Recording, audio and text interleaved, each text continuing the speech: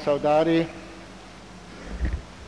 Natal adalah pesta kegembiraan, pesta cahaya, di mana-mana ada lampu, di mana-mana ada terang. Natal juga adalah pesta iman. Kita ingat atas kelahiran Yesus Putra Allah datang ke dunia ini.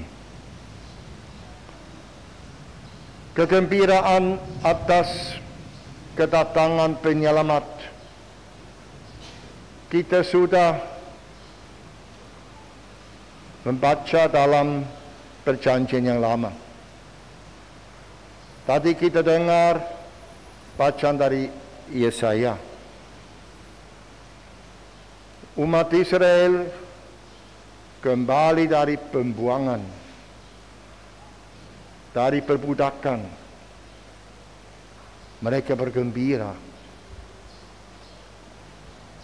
Mereka lagi dapat membangun bait Allah, dapat lagi berkumpul dan bersama sembahyang. Mereka sangat bergembira. Dan mereka merasakan bahwa mereka diberikan keselamatan. Mereka merasakan bahwa penyelamat datang di antara mereka. Allah menyertai mereka.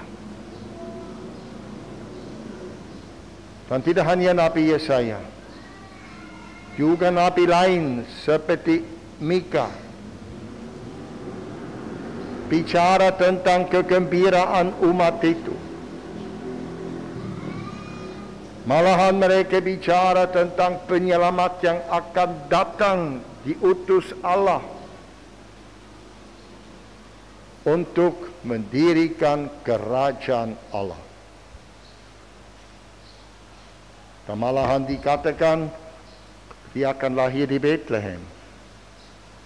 Malahan dikatakan bahwa dia akan disebut orang Nazaret. Juga dikatakan dia akan lahir dari seorang perawan. Walaupun tidak mengerti maksudnya. Banyak kejadian dan ramalan tentang kedatangan penyelamat dunia. Mereka bilang Mesias, penyelamat. Dan kita tahu apa terjadi waktu Gabriel, malaikat agung, datang kepada Bunda Maria. Dan bagaimana Bunda Maria dengan hati yang terbuka menerima tugas menjadi ibu Tuhan. Kita dalam masa Natal ini, dalam sembahyang kita dengar beberapa cerita tentang kelahiran Yesus. Dan tadi juga dalam Injil kita dengar bagaimana Yusuf ragu-ragu tentang Bunda Maria. Tapi lagi malaikat datang dan beritahukan kepada dia, Yusuf, anak dalam kandung Bunda Maria berasal dari Roh Kudus.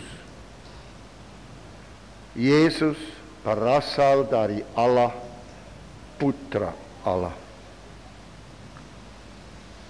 Kita juga dengar dalam masa Natal ini cerita waktu Yesus lahir di Bethlehem, malaikat turun memberitakan kepada para gembala tentang kelahiran Yesus. Dan bagaimana para gembala pergi ke Bethlehem, menemukan keluarga kudus Yesus, Maria dan Yosef. Persis seperti dikatakan oleh para malaikat. Dan dikatakan mereka bergembira. Karena mereka tahu bahwa sekarang penyelamat datang. Dan janji Allah dari zaman purbakala, dari para nabi-nabi sudah dipenuhi dan penyelamat sudah datang. Saudara-saudari, inilah kabar baik. Penyelamat sudah datang. Dan gereja sejak awal mewartakan kedatangan penyelamat dunia. Tadi Santo Paulus dalam bacaan kedua dia tulis tentang kelahiran Yesus itu kepada kawannya Titus. Karena Titus kemungkinan besar pada waktu itu dia sudah bertugas di Pulau Kreta sebagai pembina umat. Dia alami banyak tantangan dan banyak kesulitan. Dan Santo Paulus ingatkan dia, jangan lupa Tuhan menyertai. Tuhan sudah datang, tinggal di antara kita. Allah memperhatikan kita. Walaupun banyak kesulitan dan tantangan dalam kehidupan, banyak kesulitan dalam melaksanakan tugas, ingatlah selalu atas kehadiran Allah, kehadiran Tuhan dalam kehidupan. Santo Paulus justru memberikan semangat kepada Titus supaya menyadari bahwa Tuhan menyertai. Bahwa Tuhan yang disebut Emmanuel, yang berarti Allah bersama kita. Bahwa ini menjadi dasar untuk kehidupan Kristiani. Dan saudara-saudari, saya kira untuk kita juga dalam masa kini, tentu ada selalu juga tantangan dalam kehidupan kita. Tidak segala-galanya selalu mulus. Kadang-kadang kita ragu-ragu, gelisah, malahan takut. Mungkin malahan hampir putus asa. Tapi kalau kita menyadari bahwa Tuhan datang dan menyertai kita, bahwa Allah memperhatikan kita dalam kelahiran Yesus, Mesias di dunia ini, kita juga diperkuatkan dalam iman kita. Dan kita diberikan semangat untuk memikul tantangan kehidupan dan melaksanakan tugas dan panggilan kita dimanapun kita berada dengan penuh semangat. Kita mengalami perdamaian, merayakan Natal. Kita mengalami kegembiraan. Kita pun mengalami bahwa Tuhan menyertai kita.